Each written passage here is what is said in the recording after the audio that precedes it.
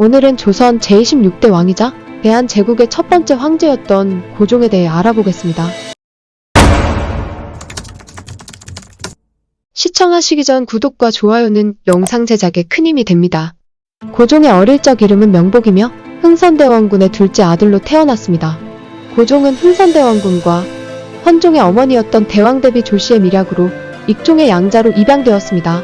그리고 철종이 후사 없이 세상을 떠나자 고종이 그 뒤를 이어 조선의 제26대 왕이 되었죠. 하지만 고종은 12세라는 어린 나이에 왕이 되어 대왕대비 조씨가 수렴청정을 하였습니다. 이때 고종의 아버지인 흥선대원군은 조정에서 영향력을 행사하며 조대비의 수렴청정을 도왔죠. 하지만 실질적으로는 흥선대원군이 아들인 고종 대신 나라를 다스렸다고 할 수 있습니다. 이후 고종이 15세가 되면서 여성 부원군 민치록의 딸을 왕비로 맞았는데 이가 명성황후입니다. 그리고 22세가 되던 해에 고종은 왕이 된 지 10년 만에 직접 나라를 다스리려고 하자 아버지 흥선대원군과 대립하게 됩니다. 그리고 이를 지켜보던 왕비 집안인 민씨 일가의 세력이 정치에 영향력을 미치게 되자 고종은 흥선대원군과 명성황후의 세력 다툼 속에서 어려움을 겪기도 했습니다. 이 무렵 일본과 서양의 여러 강한 나라가 개항을 요구하자 고종은 결국 10여 년 동안 흥선대원군이 주장하던 통상 수교 거부 정책을 버리고 외국 문물을 받아들이기 시작했습니다. 그리고 일본에 시찰단을 보내 근대화된 문물을 배워오게 했으며 군대를 신식으로 개편하였죠. 또 고종은 미국, 영국 등 서양 세력과 수호 조약을 맺어 근대화를 이루고자 했습니다. 고종은 아시아에서 최초로 전차를 들여오고 전등과 전화를 설치하여 우정총국을 설립하였습니다. 또한 서양식 교육을 위한 학교를 세우는 등 고종은 서양 근대 문물 수용에 적극적이었죠. 당시 조선은 1882년 이모군란, 1884년 갑신정변, 1894년 동학농민운동 등이 계속되면서 정치가 혼란스러웠습니다. 청과 일본이 조선의 정치에 간섭하고 압력을 행사하여 왕권을 세우기 쉽지 않았습니다. 이때 고종과 명성황후는 외제의 힘을 이용하여 권력을 유지하고 조선이 나아갈 길을 찾기 시작했죠.